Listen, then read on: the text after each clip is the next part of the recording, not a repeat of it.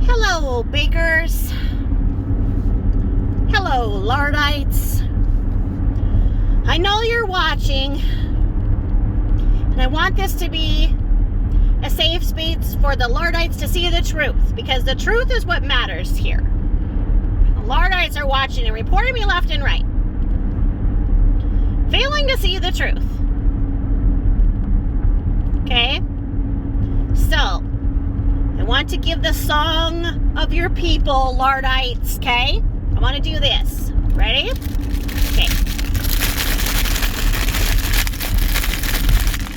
Crunching up wrappers. I'm ASMRing you. ASMR, yar. Okay? I'm going to do my best to eat and drink while I do this because I know it comforts you in some way, Lardites. But I would like to spend this live explaining the difference between fibs, lies, story tales, and lies and why they're harmful, and how LBL has hurt people with her lies on a very lesser scale. Some of the lies, are horrible and are costing a lot of people a lot more than what I'm going to talk about right now. The way that I've been hurt, as several people of mine who are the unfortunate sufferers of fibromyalgia, this is what I want to talk about. Okay, so long ago and far away, before there was social media and even social gatherings, there were things that happened and happen as humans which are too painful for your heart to bear at times. So you let your imagination go, and when somebody that you love passes on, is it your imagination that they're in heaven, or is it your belief? You do what you need to do to learn to put one foot in front of the other. Now, when a child would experience such things before social media and everything like that, that's kind of where fairy tales began and started kind of giving a place for somebody who was hurting, a child who was hurting, an adult who was hurting, a place for their mind to go so that things hurt a little less or gave them hope. And those are fairy tales. And fairy tales are considered lies, fibs, fiction. Okay? In those ways, those are formed so that somebody doesn't get hurt. Okay? Those kind of stories, fiction, lies, fibs, we're all guilty of. And it is what it is. The difference between what Laurel Butt has done is that she made up stories to get viewers. She made up viewers because she thinks she's going to become a YouTube sensation, just like she was the Wolf of Wall Street. So she started figuring out what things she could act like she had in common. What were hot topics on the internet that she could get viewers from. And one of those classifications is fibromyalgia. Okay? Perhaps Laurel Butt has pain, but that pain is arthritis from being morbidly obese for all of her life and not taking care of herself and abusing opioids. And so then when you don't have that number of opioids and you don't continue to go upwards, it causes bone pain. That's the kind of pain that she has, and that's not fibromyalgia, but from the nature of the disease and the way that doctors don't have an answer or a treatment plan for fibromyalgia, unfortunately, she may have gotten lumped into the pile and gotten a diagnosis for fibromyalgia. But as I say, it's not in the same way that it generated for people like me and people like Jules and so many people that got on her page, because she started acting like she had this way about her that was like F fibromyalgia, F pain, F laying around. I'm not going to give in to the pain. Why should you? Look at me. I have fibromyalgia. And then, miraculously, at the same 5 minutes of every night on a live, she'd have a flare, what she would call her flare of fibromyalgia. And she would remember to do something like this and, you know, just move a little bit and then be, the pain, my back, my pain, my pain, it's my fibromyalgia. She looks to see how many people are watching. Usually it's when she's got a high number of people watching that's gonna come out of her arse. But that's not how fibromyalgia happens. Nah. So she would act like, okay, so what? She has it, okay? She can sit there and be online, sit up, eat more than a whole family can at any one seating, get up in the afternoon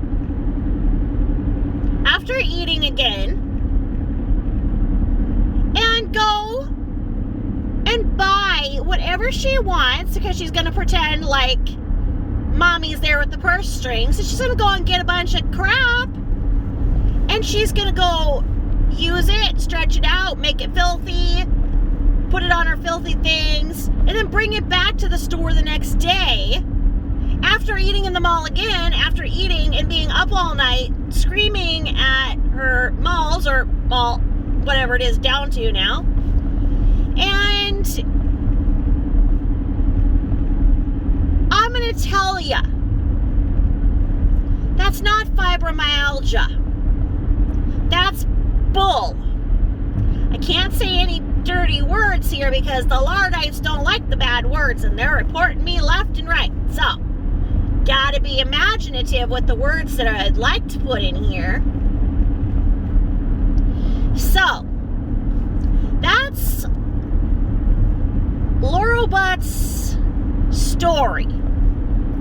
And she did it not to comfort people, to act like, hey, I really want to help you. I want to motivate you. Because there are people who don't have fibromyalgia that can help people. It's, you know, you don't have to have fibromyalgia to help somebody. You know, you can do it, you know, you don't have to. No.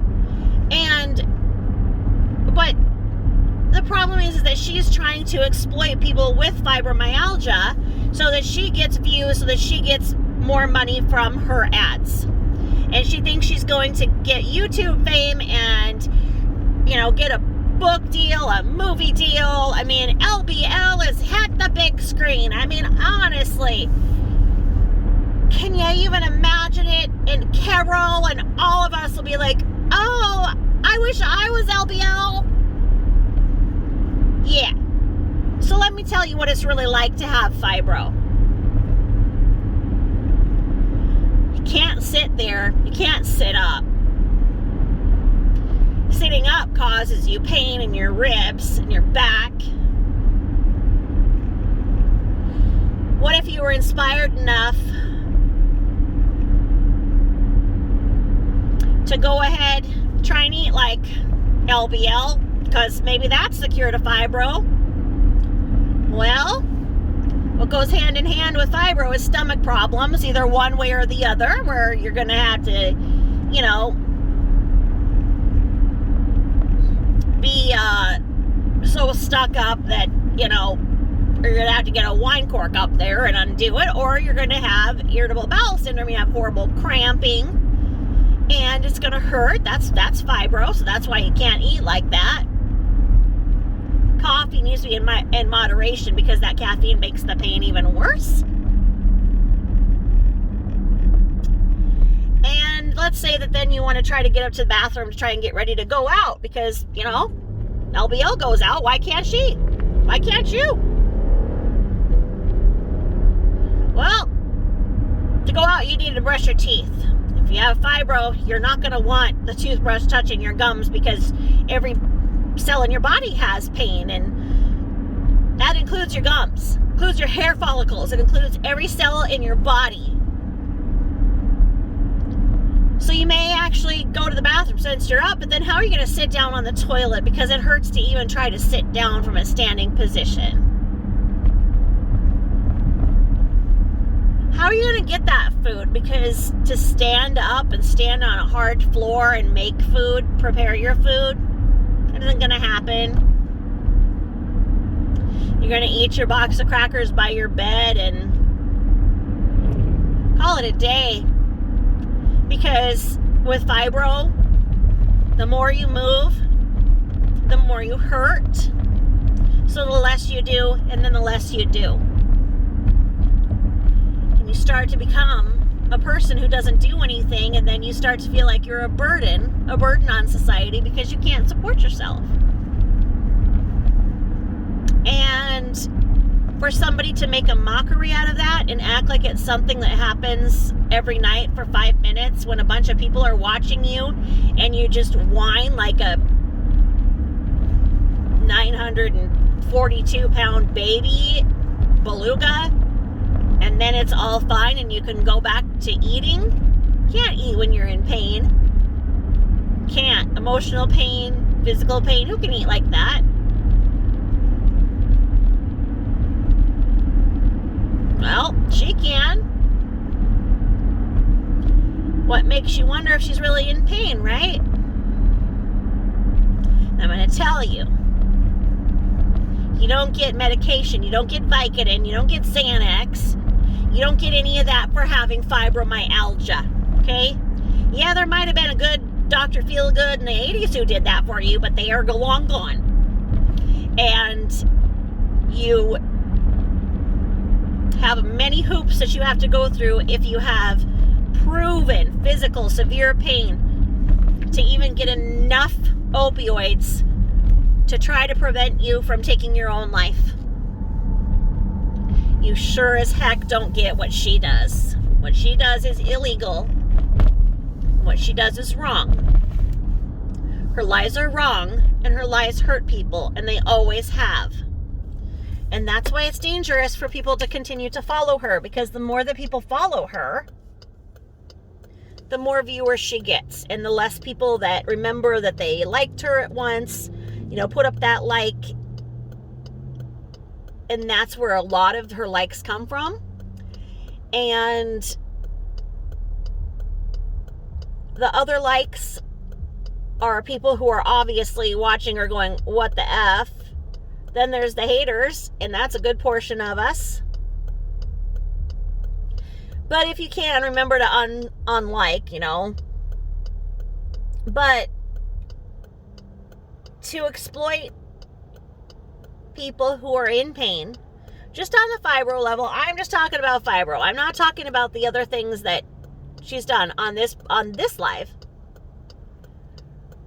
I just want people to think about how she doesn't honestly have fibromyalgia, and she makes a mockery out of it, and she acts like she has fibromyalgia, just like she acts like she's an expert in anything else. It was done to get views. She probably never liked makeup before. I mean, she doesn't look like the type of person I'd look to for beauty advice.